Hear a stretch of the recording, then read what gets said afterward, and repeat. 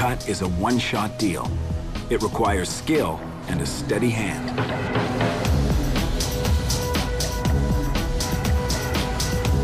Dave is a professional welder, and the cut is perfect.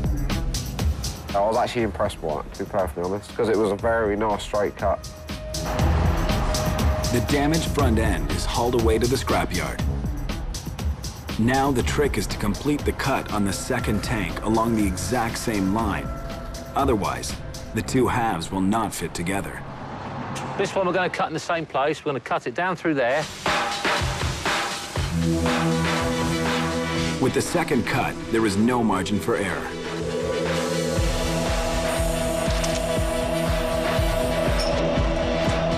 Step one is complete. Up and away. The pressure is on. Dave wants those hulls sandblasted and primed by sundown. That tank needs to be indoors as soon as possible. Not, oh, well, I'll do it again tomorrow, then tomorrow we might think about it. In the morning, it'll be ready to start fresh, and you can have that done tomorrow, in prime with a lot.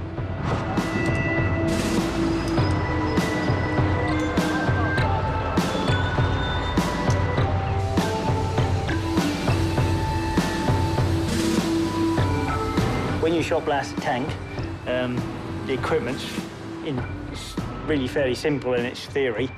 It's simply a hopper full of a blasting medium, which is just an abrasive.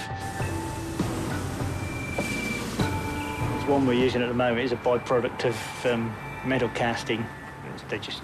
It's the sort of sand from the moulds and things. It's sort of partially turned to glass, and then they crush it up. Just use that as an abrasive. Strips all the rust and the old paint away off the substrate or the metal you're trying to blast, and gets it about as clean as you could possibly get it to refinish, basically.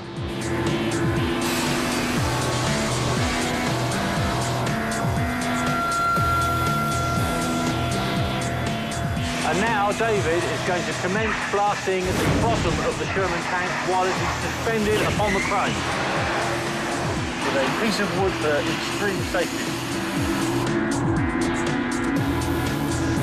Young Dave is sandblasting beneath 14 tons of steel. I've got faith in our old crane, don't get me wrong, but it's still a bit leery in that. The whole tank's sat up at an angle, and you're underneath it. If that dropped down on you, that's it, you're squished. And that's so I was nervous on that, but I don't know, sort of passed away and you just get on with it, don't you? So sometimes you've got to take risks in life, innit? With the raw steel exposed, the tank has to be primed immediately or it will start to rust. Painting tanks isn't like refinishing a car, so it's fairly easy to do once you've got the knack of paint spraying.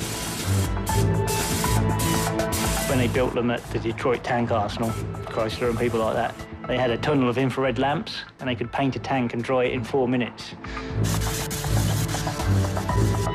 It's been a long day. The tanks have been chopped, sandblasted, and primed.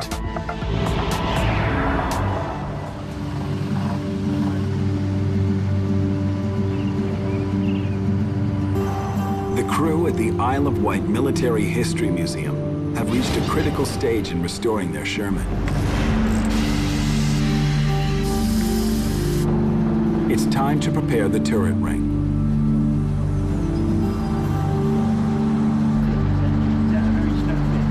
The plan is to use the ring to hold the two half Shermans together. At the moment, we're just cleaning the bottom of the turret race off because we want it to be a nice, snug fit back onto the front of the tank where we're going to bolt it back on. We're actually going to use the bearing as the jig to locate the two halves of the tank back together. But fitting two sand-cast steel hulls together is more difficult than it looks. Obviously, we don't know that both those castings, even though we measured them, whether both the castings are actually the same measurements anyway, because they're sand castings, and every one will be just a little bit different. Just like a little trial fit. Well, the thing was, we've got nothing to lose. As it was, the tank was unusable. The turret ring will have to fit perfectly. Otherwise, the two halves will not align. Mark's already in place over here, so I'll calm that block down.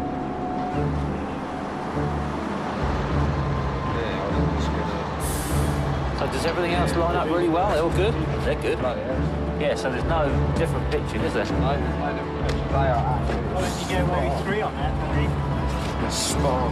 They are, actually, they're great, aren't they? With the ring mounted on the front half, the moment of truth is at hand.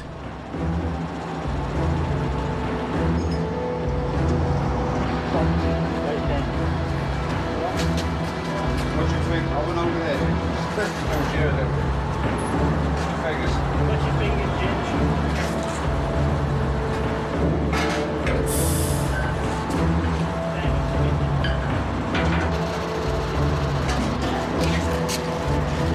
We're just sorting out all the little tiny bits and pieces that we're going to have to cut and just reshape, so we're just checking things. Okay, what we were really worried about when we tried to match the castings together is all this gnarliness. That's actually original sort of patterns out of the sand moulds. And on this, where we cut this, that line almost sort of continues through into this plate. So this scabbiness is sort of a million miles away from the other side. And then there's it's fairly smooth on both sides there. And there's only that small line at the top. So it's going to blend together really well. So every single one could be totally individual. So that's just a bit of luck, really. The front-end drive assembly is installed to prevent the hulls from twisting. It weighs 3 tons. Yeah, the turret hole fitted in exactly the same bolt holes. The front end fits in exactly the same bolt holes. So we actually use the components to actually jig the thing back together again. The 2 Sherman tanks fit together like pieces of a puzzle. It's a result of the most revolutionary aspect of the Sherman design, an innovation known as production engineering. With the front end and turret ring holding it all together, the next phase of the job can begin. It's time to haul the Sherman into the welding jig. It's the first time the crew has ever used a rotating tank jig, and it's going to be easier said than done. The jig bolts into the Sherman suspension plates. Okay, this jig was made for another tank. The idea of it being as tall and as far off the ground is to get the center of gravity of the tank as close to the center of the circle as possible to make it easy to rotate it. The jig is designed to replicate the original manufacturing process. We got a weld downhand, so like these welds under here, these were done downwards, not upwards. So obviously the only way you can do that is have this thing upside down. And the welds that we want to do on our joins, we want to weld that downwards. We want that surface horizontal to weld into it. And then to weld from the other side, we want to have this facing downwards so we can get inside the tank and still weld downwards into the other side of the joint. The downward position allows gravity to draw the weld between the thick steel armor. The front end is prepped and jacked to position the second ring. Soon, it'll be ready to roll. We've started the process of joining the 2 castings together. We're using mild steel welding wire. Rather than do just a tack around the top, we're actually putting a full weld right through this flange. The reason why we weld it like this, with a substantial weld, is because the weld's got to put up with a lot of stress when we take the turret ring out. The turret ring has done its job. The rig is braced. The Sherman hulls are finally ready to be welded together. It's the moment they've all been waiting for. But the crew is starting to get nervous. With 20 tons of steel suspended in the air, anything can happen.